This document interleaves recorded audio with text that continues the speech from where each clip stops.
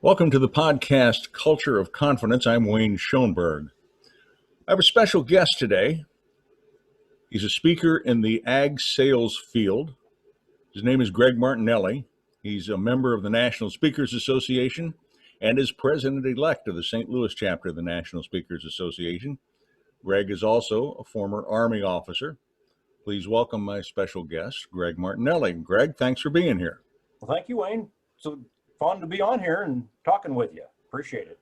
Well, Greg, before we get into the interview, let's cover a couple of things. Would you tell our listeners how they can get in touch with you? Sure. It's my email, or excuse me, my website is just my name, Greg Martinelli, and Martinelli is Martin, E-L-L-I. So Greg, Martinelli.net. And my website, my phone number and my email address are all on there, and they can get a hold of me there. All my about 160 podcasts and blogs are on there, and all the different articles, the connections that I've written, and all that kind of stuff is on there. So yeah, absolutely. What's interesting, you also do a podcast. How often does that come out? I do once a week. I send out a podcast along with my blog post, and it's been interesting and fun to do. It's a lot of, as you know, it's a lot of work behind the scenes to post it and get it all cut and spliced to be accurate. And yeah, I had the pleasure of having you on it not long ago. Well, if somebody did not go to your website, how would they find your podcast? Oh, sure. I'm on Spotify and Apple. They can put my name in there, Greg Martinelli, or Ag Sales Professionals, which is my LLC name. And it should pop up there. They can get access to all 60 podcast episodes that are out there for sure. And YouTube. I'm on YouTube as well. So if they want to see it and hear it, they can go there as well. Okay, great. Can they subscribe to it? They can. They can subscribe to the podcast, the YouTube channel, which is Ag Sales Professionals TV. They can subscribe to that as well. And then on LinkedIn, there's a group called Ag Sales Professionals as well. Okay. All right. And is it free? Free. Everything on there is free.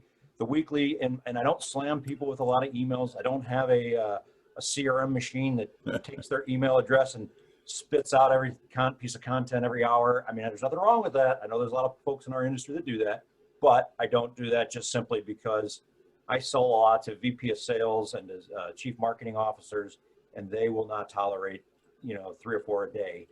Once a week, I feel like is enough. And it lets them know that I'm qualified to be in front of their sales team. So, yeah. So who should be listening to your podcast?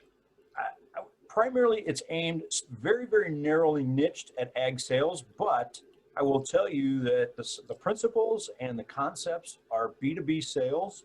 And anybody that works out of, let me put it this way, that goes out to see a customer and calls on them. So anybody, it's not for the person. I mean, it's a good concept for somebody who sits around and waits for customers to walk in. There's nothing wrong with that. But I do a lot of stuff where you're walking out, meeting a farmer, meeting an ag business owner, and trying to sell them and get in front of them and introduce yourself. So a lot of my stuff is, being afraid to turn down the driveway, which could mean being afraid to turn into the parking lot. All those things that, sometimes I get a lot of ideas from you on your concept of fear. And they have the same thing when they're driving out on the farm, except we have an added fear of dogs and bulls and animals that want to bite us, horses that want to kick us, and all that kind of stuff. Well, now, you're doing the perfect thing here, because I noticed there's like a book right over your shoulder there that says season. What is that? Yeah, it's the new book, my only book. Oh. My first book, I should say, I call it Season for Sales, and it tracks through all 4 seasons. It takes the spring, summer, fall, and winter and turns them into the seasons of your career. So the spring being your early years of sales, in through your productive years, and then into your later years in life. And I may not look it, but I did get to the later years of my life, and I had to reinvent. And I talk about the 4 R's, reinvent, reinvigorate yourself before you retire. And so that's kind of where that book flows through, and just got it launched here back 2 months ago. So all excited about that, and that's plastered all over my website. So if they go there, they'll see 6 different ways to buy it, and then of course Amazon and some of the other book selling outfits that are out there have it as well.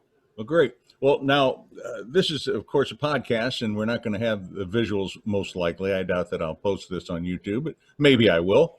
But I'm looking right into your office here, and up in the corner, I see what looks like medals. What are Yes. those? Well, those are every once in a while when I'm feeling really down. I look at all the 5K racing medals that they hand out to all the older guys when we get across the finish line. They're just so happy we got there that they give us ribbons. But years for the past 5 or 6 years, I've been doing Ironman competitions, and so I'm excited about that. They give you a medal, which they should, not only as much as it costs, but as much as you put into it. So some of those are from there, and then the others are the kids' trophies that they've left behind.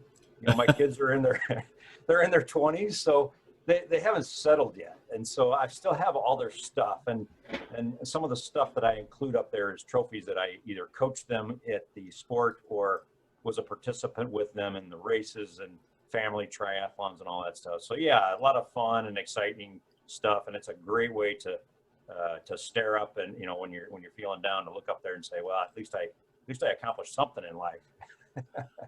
Well, for those of us who don't know the complexities of it, what is an Ironman exactly? Sure, it's a triathlon, so 3 events: running, first you swim close to 2.5 miles, and then you bike 112, and then you run a full marathon. And these 3 guys got together back in the 70s and said, what would be fun? Let's combine the hardest events of all 3 sports. And for whatever reason, the marathon obviously was the highest running. And I'm not sure where the 112 came from the bike, but about 80 miles into it, you're always wishing that there was an 80-mile part of it instead of 112. And, depending on the swim, how much of a swimmer you are, that gets to be a challenge. And so this summer, I'm excited if this COVID thing doesn't blow over. I'm excited if it does. I'm excited to go out to Alcatraz and do what's called Escape from Alcatraz. So we swim from the island back to San Francisco, like the guys that escaped back in the 60s, and then we bike around San Fran, and then we run. And so not nearly an Ironman. It's about a third of the distance, but there are great white sharks, so there's that added feature to the race. All right. Yeah. Well, listen, how did you get into ag sales in the first place? Sure. As a kid, I was the youngest of 6 kids in St. Louis, grew up in the suburbs, and my parents kind of got tired of, too many kids around in the summer. And so I took off when I was about 13, and they sent me to my cousin's dairy farm in Colorado. And so got on a bus a couple of times and got on a plane a few times and got out to the ranch. We call it the ranch, and loved it. And just, at 13 years old, I was driving trucks and tractors and shooting guns and riding horses and, everything that I saw on Bonanza. And so I thought, this is the world I want to, work in. And I went to University of Missouri, Columbia for animal science, and took off from there. So rather than be a farmer, why'd you get in sales? So good question. When I got out of college, I had absolutely zero industry experience and wanted to go in, and I went in the Army for 5 years. And then by that time, my degree was an antique. So nobody was doing anything manual. It was all computerized by 1992. And so I went into a management position, and I was making decisions and talking to customers, and I had no ability to know what I was talking about. So I thought, if my career is going to go anywhere, I have got to get out and find out what it's like in the customer's world, so that I can move up in the chain of command and be a manager and know what I'm talking about when I'm talking about customers and managing a sales force. When you manage people in an office, you can sit there with them and see them do what they do. But when you manage a sales team, especially an ag team that's spread out over a 3-state area, you really can't see them and what they do unless you ride with them. And that's not always indicative of what they're doing. So I asked to go into sales, and I was the absolute type A, off the charts, hard driving kind of guy. And they're like, that is not the right career choice for you. You are not a salesperson. I said, yeah, I like to achieve a lot of things. So give me a chance. And they said, you sure you want to do this? Because you're kind of on the fast track. You'll go be a manager, and 7 years you'll be a VP, and then whatever. And I said, I can't be a VP and not know what it's like to sell to customers. I have to. So they said, okay, you want to fall on your face? Here's a territory for you that we've turned about 7 people through in the last 6 years, and good luck, and let us know if you sell anything. So. Well, All right, that brings up a really good point because this podcast is all about confidence, and being in sales requires a lot of confidence, doesn't it? Sure. Absolutely. Well, so do you consider yourself to be a naturally confident person? I was, yes, in areas. So I think everybody, I was thinking about your topic of fear. Everybody has certain areas that there's fears. In the service, there's people who feared heights and different things. And I think when it came to sales, I was never afraid to take off and do my own thing. I kind of grew up in an environment where, they turned us loose as kids, go do what you want to do. Don't get killed and come back home at night. That was kind of their guidance. Okay, be careful. Okay. And, so I would do whatever I felt like doing as a kid and didn't have a lot of fear going into. So a lot of the fears that people have in sales are going up and meeting a new customer that they might not like me, or they might be offended by what how I approach them or ask questions. And I never really had a tremendous fear that I wouldn't, enough fear that I wouldn't do it. I mean, I have a fear that when I do it, that I might get written off as not knowledgeable enough and they won't buy from me. I have that concern, but I never let that be a problem to stop me. My biggest fear was that I wouldn't be successful. I mean, and that's goes back to my loving to achieve things. The fear is that they would be like, that guy doesn't know how to sell, and he couldn't. So we put him in some other job, Well, how do you think that your time in the Army contributed to your sense of confidence? Good, bad? Good. Absolutely a good. I think it's, it's another positive subject. I grew up in an era where it was a positive to be in the service. As an adult, as a kid, I was in the 70s, and that was a different time. It was kind of a negative.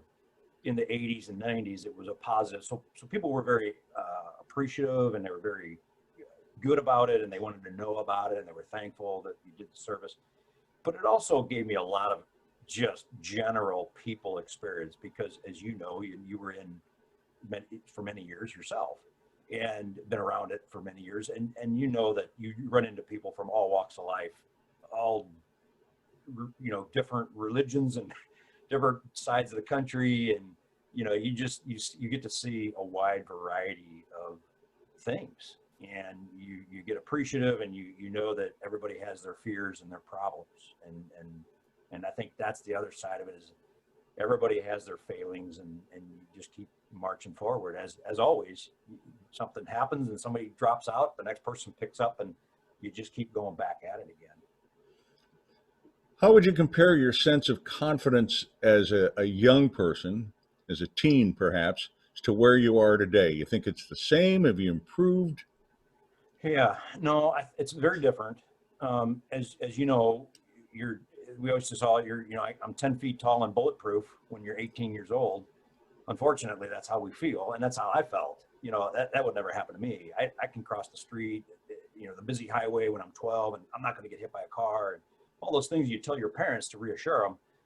And then you realize as you get older and you see somebody near you or you yourself run into these problems, and you're like, hey, that can happen to me.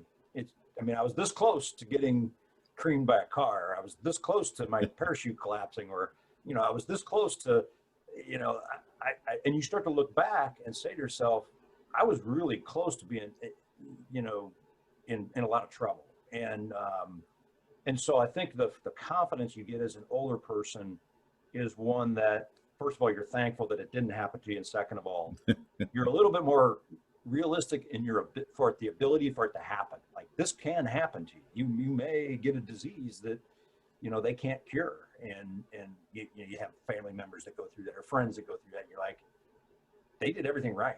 I live a very clean and healthy life, but I've got friends that did the same thing and came down with, diseases that they can't cure. And it's one of those confidence, but it's not as bold, I guess, is what I call it. Okay. All right. A little more level-headed. Exactly. or realistic. Exactly. There you go. Realistic. So you're a speaker now. You're a professional speaker. Sure. So who do you speak to? Primary audience is private companies, is primarily salespeople and anybody involved in the marketing of the products to to their customers. Typically it's a sales team, but my audience, but my message is very good for their whole company audience. So if they've got in a trade association kind of atmosphere, I primarily speak with agricultural based trade associations. But again, my message, I've spoken to insurance associations and some local association executives who put on meetings. And it's all about how to brand yourself and position yourself to sell what you're trying to sell. You know, there's an old saying, everybody's selling something. You're either selling a product or you're selling your resume. And so, you know, I love it when I get into these companies and I'll start interviewing to do my training and they'll say, well, I'm not in sales. I don't do that sales thing. I said, oh, really? So what do you do? And, well, I help the customers this way and this way. And I start to laugh. I'm like, so what does that do? Well, that allows them to buy the right product. I'm like, well, good. I'm glad you didn't sell them anything. They're like, hey, you sold the company on your resume. You sell them when you go to ask for a raise. You know, you sell. Right now, I had to sell my doctor on giving me an appointment. They called me and said, you know, your appointments are canceled. And I'm like, well, but I need it. I need to get in. Well, I'm sorry, but we need to cancel you because it's not essential. And I had to convince them, you know, this is essential. Did you start coughing? I did. I put do the live chat. Hey, please let me in, you know. Well, so what happened in your life that got you out of ag sales and into the speaking business? Sure. Kind of one of those things I had always wanted all my life. I wanted to run my own company, but I could never put my finger on what to do. I had ideas on products and services and different things and franchises. And, you know, the other thing is I had a pretty fast moving financial belt moving. I had 2 kids and put them through college and got them all the way through there. And then we were moving a little bit throughout life and we paid off our house and all that. Well, about 2016, I had an opportunity. They wanted to move us an 8th time. And great company I was working for had a job offer at the next place. They were closing this local office and going to move me. And I just decided, you know, we'd been gone from St. Louis away from our family for 30 years. And we wanted to be around our parents. And so I decided now's the time financially, it kind of worked out to make the decision and make that leap. Talk about fear. I was always afraid to take that leap from a steady weekly, you know, twice a month paycheck to, okay, either sell or you don't eat, or you live off your savings or your retirement. And that was very scary. Even when I didn't even my kids were grown and gone and had their own jobs and my wife was working and we had benefits. But even still to say, today's the day that check stops coming and, you know, it's sell or starve in theory.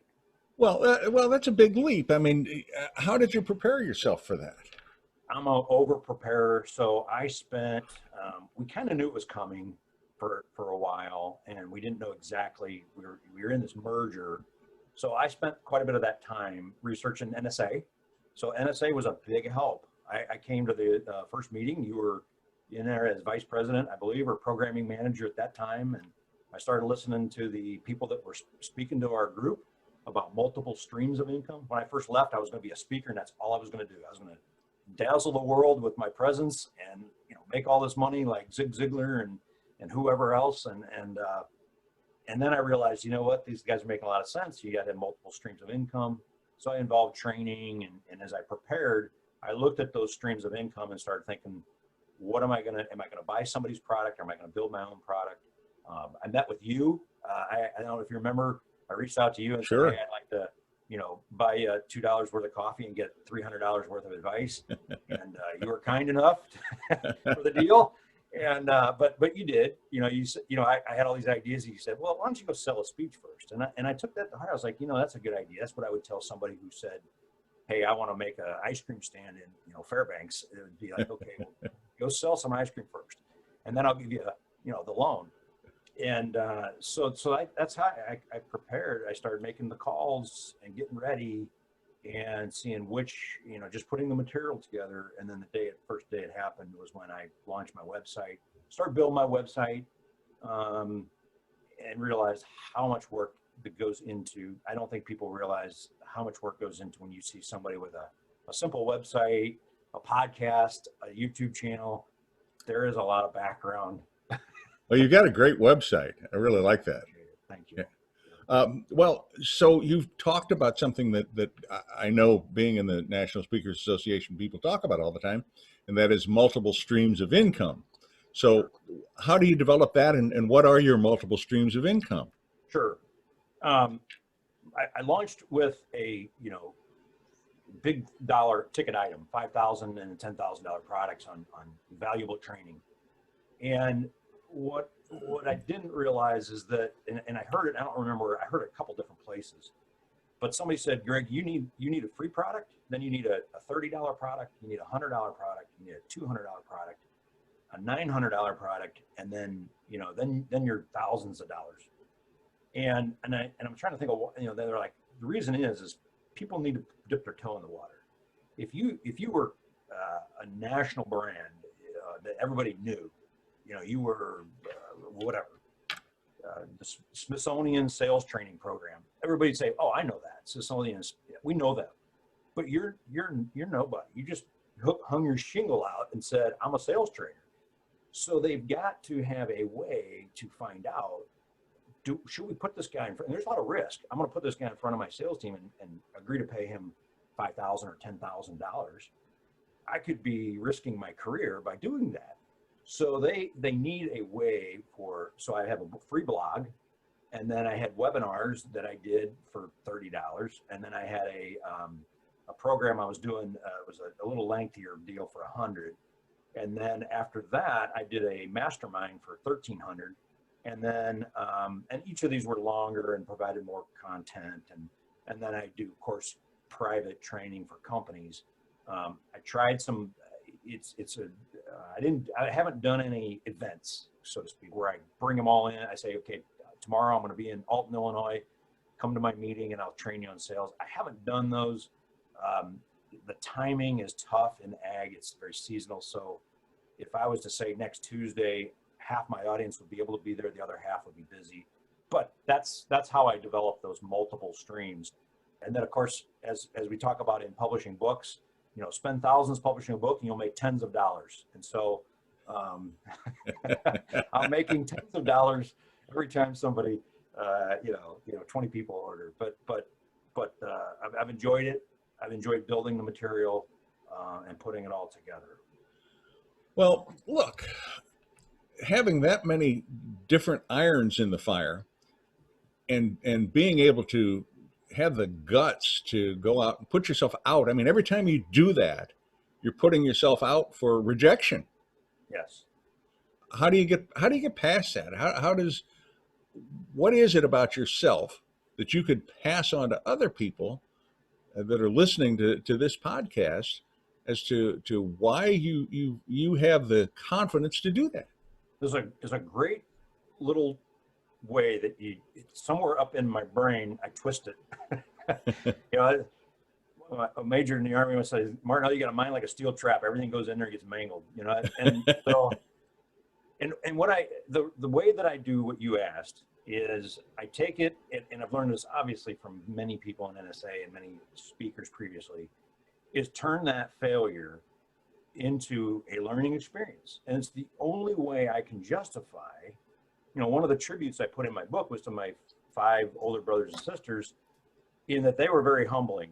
They let you know that you were doing things wrong. And so I would take that and twist that as to, I did it wrong there. Now, how am I going to do it right? And so if I went out and I sold, you try to sell somebody, it may take you 6 months. It may take you 6 years. And you're going to make some mistakes along those roads. You're going to interrupt them when they're eating dinner, or something's going to go on. And instead of taking that and saying, well, I'm never going to go back there, you've got to think of it as, okay, I don't need to go back there at 5 o'clock. I need to understand he's eating dinner at 5 o'clock. I'm going to go back there at 4 o'clock. Or I'm going to send him a text. So you have to figure out a way to get around and get the end result. And so I think that in all of the things that, with the irons in the fire, I went and upgraded my website one night and it crashed. And it took me, we're not in business today without a website. So you have to solve it. It's like, you're done. You have to solve. So that's kind of what I do, is I twist that and think, am I going to do that again? And you have to make that decision, just like in any sale. You have to make the decision, is this a roadblock or do I have to go around it? Because sometimes you got to set it aside and go pick some easier fruit to get it, whatever analogy. So yeah. Well, one of the things that I always say is not succeeding is not necessarily failing. right, Not trying is failing. exactly, And you're going to run into all sorts of things that you could call obstacles or roadblocks as you go along, and you have to treat them as learning experiences. yeah, Now, we're doing this interview in the middle of the COVID-19 crisis, and we call it a crisis because it is, sure, and it's been devastating on the speaker business. You agree? absolutely, Okay, events are canceled. Speakers, people yeah, who have only one stream of income, which is being a right, speaker, are really suffering. exactly. How has it affected you in your business? Tremendously from a couple ways. First of all March and April events were canceled and rescheduled. Luckily, they've been rescheduled to July, hopefully to come out of that. Now, I've got some that moved them to May. I think April is going to be one of our tough months. It's going to spike here, and I think we're going to end up. I was just talking to my daughter this morning and saying she's in vet school. Don't anticipate anything happening in May and June. I think they're going to move in the middle of the crisis in April. It's hard to schedule, but the main thing that it impacted.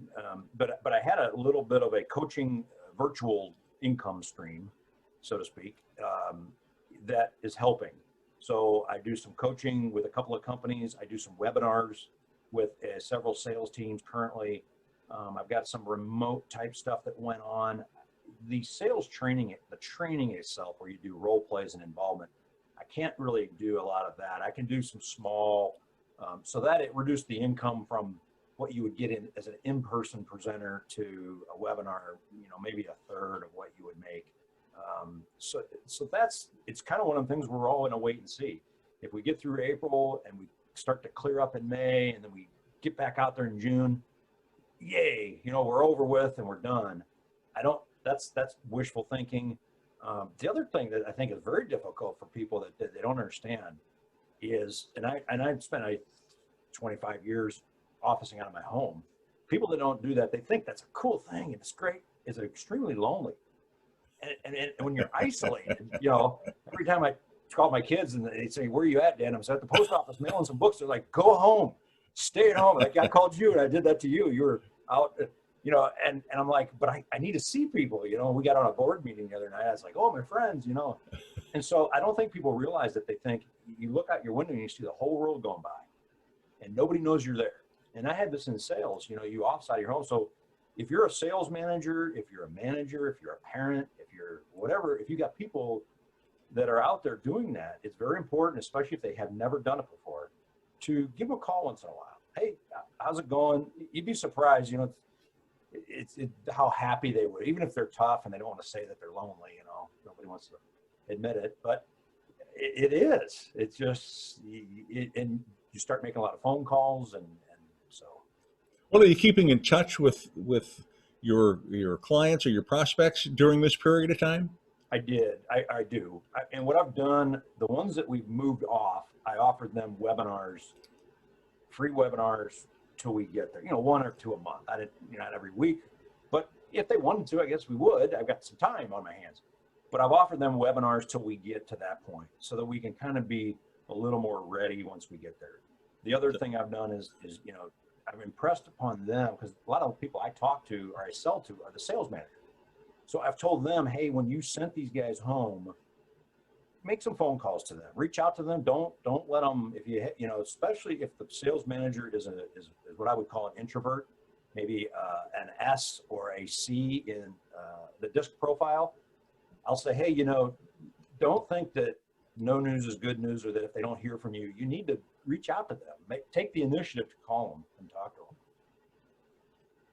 So you do some virtual training then, and some if somebody wanted to hire you as a coach, they could do it online, basically, right? Absolutely. Yep. We get on a lot of them want to do it on the phone. I love the face-to-face on the computer because I can see the expression, see they're paying attention. But yeah, exactly. We talked a little bit about this earlier, but what are the things that challenge your confidence? What are the things, I guess, what are your Yeah. fears? What do you worry about? We call it in NSA, we call it I think it's called the green monster. Yeah. And that is, I'm not capable of being qualified to be in front of the audience. And you get it about when they start to read the intro and you're like, why are they hiring me? And the great thing is about it is that everybody in NSA will tell you, if they get it, typically, hey, I get that too. And it's, maybe the day before, the night before, or whenever it is. But for me, those are the things that challenges me. The other, I think, you don't please everybody in an audience, and you don't please every audience. And so sometimes, especially early on, I didn't know how to structure, I didn't know how to ask the right questions to make sure that my message was going to be well positioned. And so I was so excited about selling the gig, I took it, and I shouldn't have.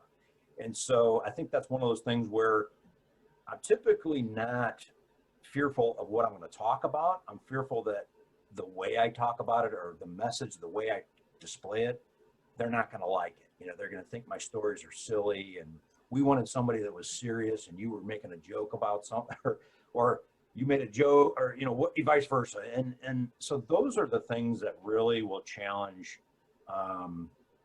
my and if you, as you're standing up there and you ask for audience participation, if you get none, you're like, oh no. So I try to be that guy in the audience. If there's ever that happens, I try to always have kind of a backup question so that I can raise my hand and bail them out, because I feel for that, when you're, and sometimes, it's amazing. I'll get off the stage and I'll ask the person that brought me in, what do you think? And they're like, and I feel like it died. I feel like I bombed. And they're like, no, this was the best. The audience was really having a great time. And I'm like, really? Because I couldn't tell when I was up there.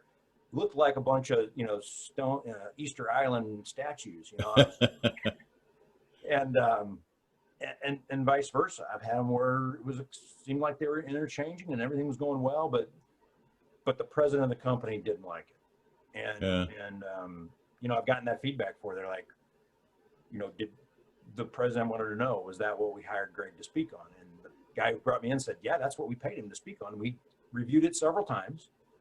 And he's like, well, he didn't like it for whatever, or she didn't like it for whatever reason. And those are the ones where you get challenged to your, how can I prevent that? Because none of us want to go sell a gig and then not have happy customers. I mean, we all want to.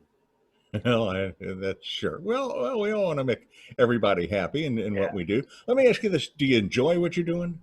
I love it. Okay. I love getting up in front of groups. I love bringing the material to help them. I mean, so I really, truly love to be able to give them the training material that I've gathered from a lifetime of all doing what I did, and speed up their mistakes so they don't have to make them all, and help them out. And I've stayed narrow. I do consulting as well, so I do training and all that. But once in a while, there's a business where they're like, people in this industry, could you also tell us what to do? And that's a consultant versus a coach. And so I really enjoy that moment when I can bring something to the table that I went through. I mean, I launched dog food about 5 different times, and there's a lot of cliffs in the dog food launching business, and they don't have to go down that. It's like you take your kids. It'd be like your kids listening to you. You're like, I love this. The kids are listening. They don't. Mine don't. And and just like any other kids, they're like, well, Dad can't tell me. I got to listen to a stranger. And so, that's exciting. I love doing that. And the audience part of it is phenomenal. If I could do training and speaking nonstop and not do any virtual, I mean, that would be the ideal in the world. But it's just as this happens, and there's people that lived through the speaking business in 9/11 and the crash of 2008, the economic crisis, they knew that the virtual world is a part of all of our businesses, that we have to be able to adapt to that. And I don't think this is the last time we're going to go through something where virtual is required. I mean, another pandemic. I mean, you saw this one. It started in January, I think. Yeah. And by March, we were shut down. I mean, so, yeah. Well, I'm going to go back over a little bit of information for those who might have missed it earlier on in the broadcast. So tell me what your web address is again. Sure, it's gregmartinelli.net. So GregMartinelli, so Martin, ELLI.net. Okay. And I'm out there on, it's Ag Sales Professionals, AG Sales Professionals is if you search Ag Sales Training, I'm the first 20 Googles that come up. So I get my own, Wow. I write 1,500 to 2,000 word blog each week, and I enjoy that. I get to, which I never thought, I was not very much of a writer as a kid. It was painful.